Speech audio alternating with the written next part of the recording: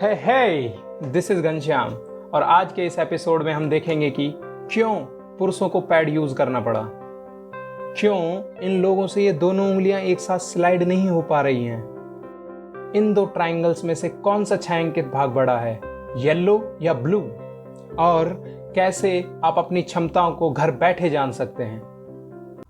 आप देख रहे हैं विजन एलम द्वारा प्रस्तुत सहवेज ज्ञान। एपिसोड के स्टार्ट में हम पैड के बारे में चर्चा करते हैं।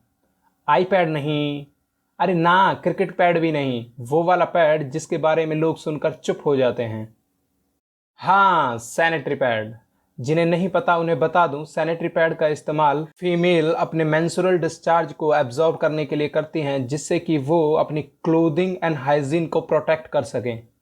जबकि इसकी इन्वेंशन वर्ल्ड वॉर 1 के दौरान सोल्जर्स में हो रही ब्लीडिंग को एब्जॉर्ब करने के लिए एक नर्स ने की थी, जिसके सिमिलर प्रोडक्ट बाद में कॉटेक्स नामक कंपनी ने फीमेल मेंस्ट्रुअल डिस्चार्ज को एब्जॉर्ब करने के लिए बनाया। बट करंटली पैड के अल्टरनेटिव मार्केट में बहुत सारे प्रोडक्ट अवेलेबल हैं, जिनमें कुछ रीयूजेबल भी हैं, और यहाँ तक कि ये मेंस्ट्रुअल कप तो स्मार्टफोन से भी सिंक हो जाता है और जैसे ही ये कम्प्लीटली फिल होता है तो आपको नोटिफाई कर देता है। मेंस्ट्रुअल कप तो काफ़ी स्मार्ट हो गए, पर क्या आप भी इतने स्मार्ट हैं कि इस एक्सपेरिमेंट के पीछे का कारण बता सकें? इस एक्सपेरिमेंट के लिए आपको चाहिए एक स्टिक, जिसे आप अपनी फ्रेंड की मदद से अपने दोनों इंडेक्स फिंगर्स पर बैलेंस करवा लें। इसके बाद दोनों हाथों को एक दूसरे से दूर अलोंग द स्टिक स्लाइड करना स्टार्ट करें। क्या हुआ? नहीं किया एक्सपेरिमेंट? अरे कर लो, तभी तो फील आएगी। हाँ तो बताइए, क्या आप अपनी दोनों उंगलियों को एक साथ स्लाइड कर पा रहे हैं? नहीं। पर ऐसा क्यों? क्यों हम जानबूझकर भी दोनों हाथों को एक साथ स्लाइड नहीं कर पा रहे हैं? Let's find out. चलो पहले ये मान लेते हैं कि दोनों उंगलियां सेंटर ऑफ मास से सेम डिस्टेंस पर नहीं हैं, जिससे दोनों उंगलियों पर लग रहा लोड भी सेम नहीं है, तो रिएक्शन में लगने वाला नॉर्मल भी सेम नहीं होगा, तो फ्रिक्शन फोर्स भी कम नॉर्मल वाली उंगली पर कम होगा और वो आसानी से स्लाइड कर पाएगी। जैसे जैसे वो सेंटर ऑफ मास से दूर होती जाएगी तो नॉर्मल की वैल्यू भी कम होगी और फ्रिक्शन फोर्स की कमी के कारण हमेशा वही स्लाइड करती रहेगी। ऐसा भी हो सकता है कि उंगलियों को प्लेस करते समय उन पर लग रहा लोड समान हो, तो जैसे ही हम उन्हें स्लाइड करना स्टार्ट करते हैं तो ड्यू टू ह्यूमन इम्परफेक्शन एक उंगली थोड़ा ज़्यादा स्लाइड हो जाती है, जिसके बाद ये कंटिन्यूसली स्लाइड होती ही रहती है। जनरली इस एक्सपेरिमेंट को करने के बाद दिमाग में इसके एक्सप्लेनेशन की इंट्यूशन बनने लग जाती है और ये आसान दिखाई देने लगता है। पर इसके बारे में आपका क्या ख्याल है? जिसे लास्ट फ्राइडे को हमारे ट्विटर हैंडल पर पूछा गया था, पर अनफॉर्चुनेटली इसका जवाब किसी ने नहीं दिया। पर आपके पास समय है। यहाँ दिख रहे दो बड़े ट्रायंगल समान हैं और उनके अंदर बने सभी छोटे छोटे त्रिभुज समरूप हैं। तो बताना यह है कि किसके द्वारा घेरा गया भाग अधिक है, येलो कलर के द्वारा या ब्लू कलर के द्वारा। वीडियो को यहीं पॉज करें और इसे ट्राई करें। मोस्ट प्रोबेबली आपने आंसर निकाल लिया होगा, तो मैं अपना सल्यूशन आपको एक्सप्लेन कर देता हूँ।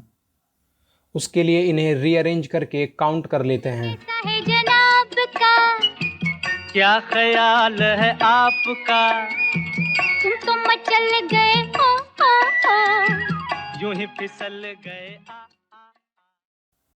यहाँ पहले बड़े ट्रायंगल के 9 भागों में से 6 भागों को येलो कलर ने घेर रखा है, अर्थात 0.6 बार भाग येलो कलर द्वारा घिरा हुआ है। सिमिलरली दूसरे बड़े ट्रायंगल में 16 भागों में से 10 भागों को ब्लू कलर ने घेरा हुआ है, अर्थात 0.625 भाग ब्लू कलर ने घेरा हुआ है। तो हम कह सकते हैं कि येलो कलर ने अधिक भाग घेरा हुआ है। यदि आप भी इन सवालों का जवाब देना चाहते हैं तो फॉलो करें हमारे ट्विटर हैंडल को, जिसकी लिंक डिस्क्रिप्शन में दी गई है। हो सकता है कि ये क्वेश्चन आपसे हुआ हो या नहीं, पर यह आपकी क्षमता को नहीं नापता, यदि आपको अपनी लिमिट्स मेज़र करनी है तो ह्यूमन बेंचमार्क की इस साइट को ज़रूर विज़िट करें, जहां पर आपको ऑप्शन मिलेंगे आपकी डिफरेंट एबिलिटीज़ को टेस्ट करने के, जो विदाउट साइन अप के आपके डेटा को स्टोर करके रखता है जब तक कि आप विंडो क्लोज नहीं करते। और इसके साथ ही आप अपने आप को बाकी लोगों से भी कंपेयर कर सकते हैं। यहाँ एक चिंप टेस्ट भी है जिसके बारे में मैं आपको बताने जा रहा हूँ, जो इनुयामा जापान में स्थित क्योटो यूनिवर्सिटी के प्राइमेट रिसर्च इंस्टीट्यूट द्वारा संचालित रिसर्च का हिस्सा है, जहां इसके सिमिलर गेम को चिंपैंजीज से खिलाया जाता है ताकि उनकी एबिलिटीज़ को जाना जा सके। इस रिसर्च के रिजल्ट आपको चौंका देंगे, पर रिजल्ट पर जाने से पहले आप स्क्रीन पर दिख रहे इन नंबरों को देखें, 1 2 3। अब इनकी पोजीशन याद कर लें क्योंकि अब डिसअपीयर होने वाले हैं। आप इन्हें न्यूमेरिकल ऑर्डर में क्लिक कर सकते हैं। शायद ये बहुत ही आसान है, 1 2 3, बट इसके बारे में क्या ख्याल है? क्या आपको ऐसा लग रहा है कि आपको इतना टाइम नहीं मिला इन्हें याद करने के लिए? चिंता करने की कोई बात नहीं है, या फिर है, क्योंकि ये चिंपैंजी भी इसे बड़ी आसानी से कर देता है, जबकि इसके पास भी उतना ही समय था जितना आपके पास। इस रिसर्च के अकॉर्डिंग कुछ मेंटल एबिलिटीज़ में ह्यूमन प्राइमेट्स ह्यूमन से ज़्यादा सुपीरियर हैं। हो सकता है कि आप इस टेस्ट में चिंपैंजी से आगे ना निकल पाएँ, पर एवरेज ह्यूमन से तो आगे निकल ही सकते हैं, तो इसे ज़रूर ट्राई करें। इस एपिसोड से रिलेटेड सारी लिंक्स डिस्क्रिप्शन में दी गई हैं, और यदि आप नेक्स्ट एपिसोड में पूछे जाने वाले सवालों का जवाब देना चाहते हैं तो आप ट्विटर हैंडल को ज़रूर फॉलो करें, जहां पर हर फ्राइडे कुछ क्वेश्चंस पूछे जाते हैं जिन्हें हम नेक्स्ट एपिसोड में एक्सप्लेन करते हैं।